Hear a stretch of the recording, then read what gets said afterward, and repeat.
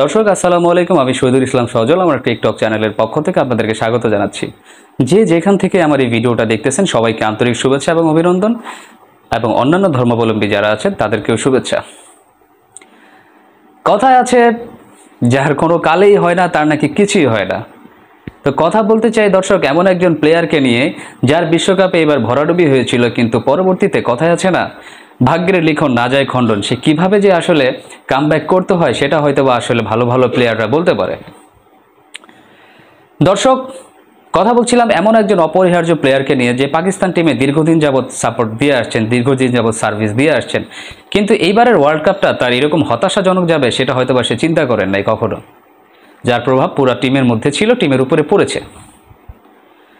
তো দর্শক, কথা বলছিলাম পাকিস্তানের লেগি সাদাব খানকে নিয়ে, যে এতগুলা দীর্ঘ বছর পাকিস্তান টিমকে সার্ভিস দিয়ে আসছে, কিন্তু তার নামের সাথে কখনো একটা হ্যাট্রিক যুক্ত হয় নাই।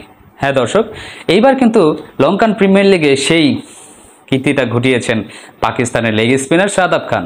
সাদাব খানের ডেবু ম্যাচটাতেই লঙ্কান প্রিমিয়ার লিগে ক্যান্ডি ফ্যালকনসের বিপক্ষে কলম্বো স্ট্রাইকার্সের পক্ষে খেলতে নেবে তিনি কিন্তু এই কাণ্ডটি ঘটিয়েছেন।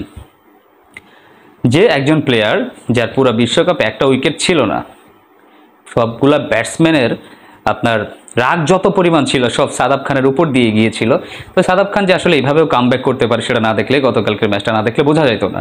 তো সাদাব খান কি করলেন, 15তম ওভারে বোলিং করতে এসে কলম্বো স্ট্রাইকার্সের পক্ষে 15.4 ওভারে আপনার হাসারাঙ্গার উইকেটটা তুলে নিলেন।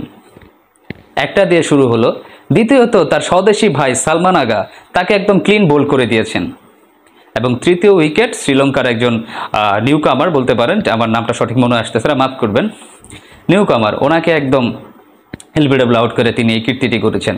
তো 3 উইকেট নিয়ে 12 বলে 20 রান করে অলরাউন্ডার যে পারফরমেন্সটা ছিল সেই পারফরমেন্সটা দেখিয়ে সাদাব খান কিন্তু আপনার লঙ্কান প্রিমিয়ার লিগে অভিষেক ম্যাচে হ্যাট্রিক করলেন, এবং একই সাথে ম্যান অফ দ্য ম্যাচের অ্যাওয়ার্ডটা কিন্তু জিতে নিয়েছেন। দর্শক, অবশ্যই পাকিস্তানি সাপোর্টার যারা আছেন, পাকিস্তানি সমর্থক যারা আছেন, তারা হয়তো বা কিছুটা স্বস্তি পাবেন, তারা হয়তো বা সাদাব খানের এই পারফরমেন্সে অনেক বেশি খুশি হবেন। তো দর্শক, আপনাদের আসলে কি মনে হয় সাদাব খানের ঘাটতিটা কি ছিল এই ওয়ার্ল্ড কাপে? সাদাব খানের কি ঘাটতি ছিল?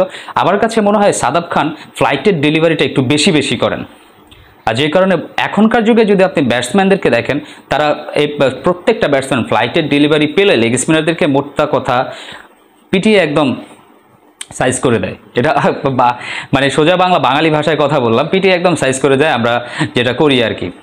তো এই হচ্ছে সাদাব খানের প্রবলেম। আমার কাছে মনে হয় সাদাব খান যদি তার গুগলিটাকে আর লেগ স্পিনটাকে এই দুইটার উপর জোর দেন, ফ্লাইটেরটা একটু কম করেন, তাহলে হয়তো বা সাদাব খান ভবিষ্যতে আরও বেশি ভালো করতে পারবেন। তো পাকিস্তানি ফ্যান্সদের জন্য আসলে শুভকামনা রইল, সাদাব খানের জন্য শুভকামনা এবং অভিনন্দন তাকে তার ক্যারিয়ারের প্রথম হ্যাট্রিকটা তুলে নেওয়ার জন্য। দর্শক, আপনাদের কোনো মতামত থাকলে অবশ্যই কমেন্টস করে জানাবেন। সবাই ভালো থাকবেন, সুস্থ থাকবেন। আসসালামু আলাইকুম।